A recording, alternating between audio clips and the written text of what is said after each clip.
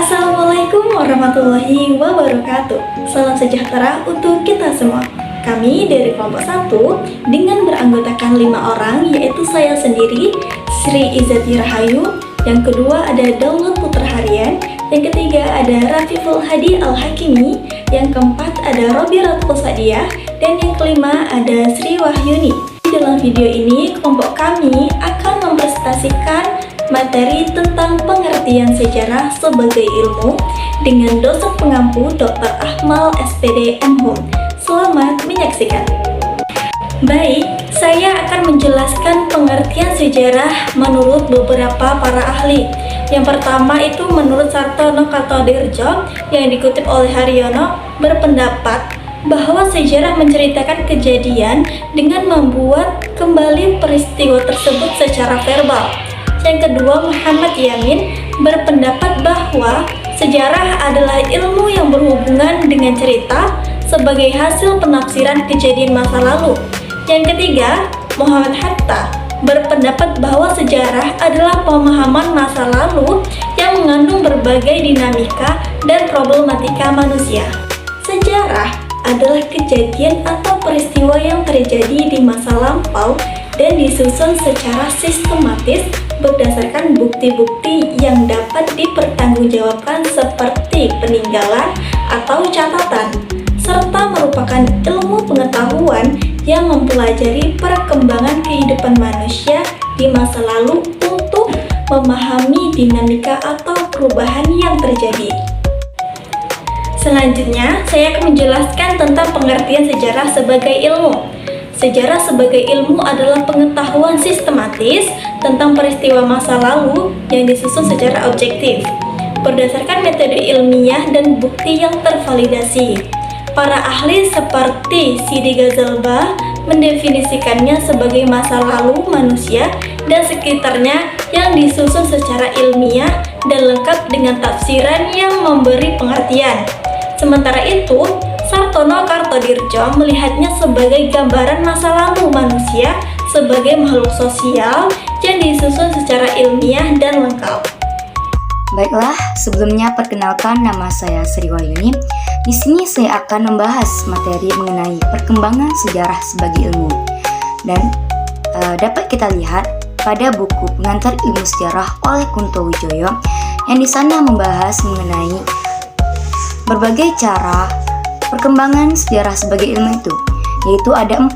Yang pertama itu ada perkembangan dalam filsafat, yang kedua itu ada perkembangan dalam teori sejarah, yang ketiga ada perkembangan dalam ilmu-ilmu lain, dan yang keempat itu ada perkembangan dalam metode sejarah. Baik, yang pertama itu ada perkembangan dalam filsafat, yang menunjukkan ketika filsafat sejarah zaman pertengahan itu dinominasi oleh filsafat sejarah Kristen, maka penulisan yang menonjolkan peran-peran orang suci juga tampak. Riwayat penyebaran Kristen di Irlandia oleh Saint Patrick pada abad ke-5 masih diperingati sampai sekarang. Baik, selanjutnya itu ada perkembangan dalam teori sejarah yang ditunjukkan ketika dalam seminar sejarah 1 di Yogyakarta pada tahun 1957 telah dicanangkan perlunya nasionalisme dalam penulisan sejarah, yaitu sejarah yang menunjukkan peran orang Indonesia atau Indonesia sentrisme untuk menggantikan sejarah dari atas geladak kapal yang menunjukkan peran para penjajah Belanda atau Nerlando sentrisme. Tantangan ini mendapat jawaban ketika pada tahun 1962 John Smile menulis tentang mungkinnya kita menulis sejarah Indonesia yang otonom, yang para pelakunya adalah orang Indonesia sendiri. Misalnya, kita akan menulis sejarah Aceh, asal kita selalu dapat mengembalikan semua peristiwa dalam atau pada pertentangan para ulabalang dan ulama, kita akan mendapatkan sejarah Indonesia yang otonom. Jadi orang-orang asing yang ada hanya mempunyai peran sebagai pembantu pihak dalam yang sedang bertingkai. Perkembangan selanjutnya itu adalah perkembangan dalam ilmu-ilmu lain. Perkembangan ini juga berpengaruh dalam perkembangan sejarah ketika sosiologi itu menjadikan kota sebagai bahan kajian, maka sejarah muncul dengan sejarah kota. Demikian juga ketika psikologi Freudian digantikan oleh psikologi Neo-Freudian, dalam sejarah muncul psikohistori, sejarah yang menguraikan kejiwaan tokoh-tokoh sejarah. Lalu yang terakhir itu ada perkembangan dalam metode. Perkembangan ini juga sangat berpengaruh.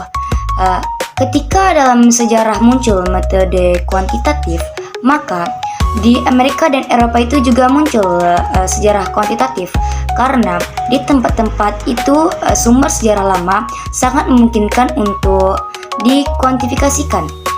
Demikian pula kegiatan-kegiatan penerbitan sumber. Penerbitan Arsip Nasional tentang Syarikat Islam Lokal telah mendorong banyak penelitian. Halo semuanya, saya Daulat Putra Harian Nainggolan.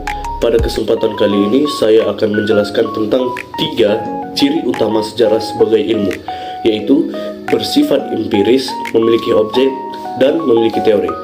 Mari kita bahas satu persatu. Yang pertama, sejarah bersifat empiris. Sejarah dikatakan bersifat empiris karena didasarkan pada bukti nyata atau fakta yang benar-benar terjadi di masa lalu. Artinya, setiap peristiwa sejarah harus memiliki sumber yang bisa diverifikasi, seperti dokumen, arsip, atau peninggalan tanda sejarah. Tanpa bukti, sebuah cerita tidak bisa disebut sejarah, melainkan hanya legenda atau mitos. Contoh nyatanya, penelitian tentang proklamasi kemerdekaan Indonesia didasarkan pada naskah asli, proklamasi, foto, dan kesaksian para saksi hidup. Semua bukti itu menunjukkan bahwa peristiwa tersebut benar-benar terjadi, bukan karangan semata. Yang kedua, memiliki objek. Ciri berikutnya, sejarah memiliki objek kajian yang jelas, yaitu manusia dan peristiwa yang dialaminya di masa lampau. Namun, sejarah tidak sekadar menceritakan apa yang terjadi, tapi mengungkapkan makna dari peristiwa itu bagi kehidupan manusia di masa kini. Contoh nyatanya, kita mempelajari perang di Ponorogo. Objeknya bukan hanya peperangan itu sendiri, tetapi juga perjuangan rakyat Jawa melawan penjajahan dan nilai-nilai perlawanan terhadap ketidakadilan. Yang terakhir, memiliki teori.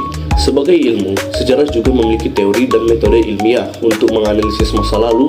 Para sejarawan menggunakan teori seperti sebab akibat, perubahan dan kesinambungan, serta periodisasi waktu agar penulisan sejarah menjadi logis dan sistematis. Contoh nyatanya, dalam meneliti jatuhnya kerajaan Majapahit, sejarawan menggunakan teori sebab akibat untuk menjelaskan mengapa kerajaan itu runtuh. Misalnya, karena konflik internal dan tekanan ekonomi. Jadi, bisa kita simpulkan bahwa sejarah bisa disebut ilmu karena berdasarkan bukti nyata. Yang kedua, memiliki objek yang jelas, yaitu manusia dan peristiwanya, dan menggunakan teori serta metode ilmiah dalam penelitiannya. Dengan memahami ciri-ciri ini, kita tidak hanya menghafal sejarah sebagai peristiwa masa lalu, tetapi juga belajar berpikir kritis dan memahami maknanya bagi kehidupan kita saat ini.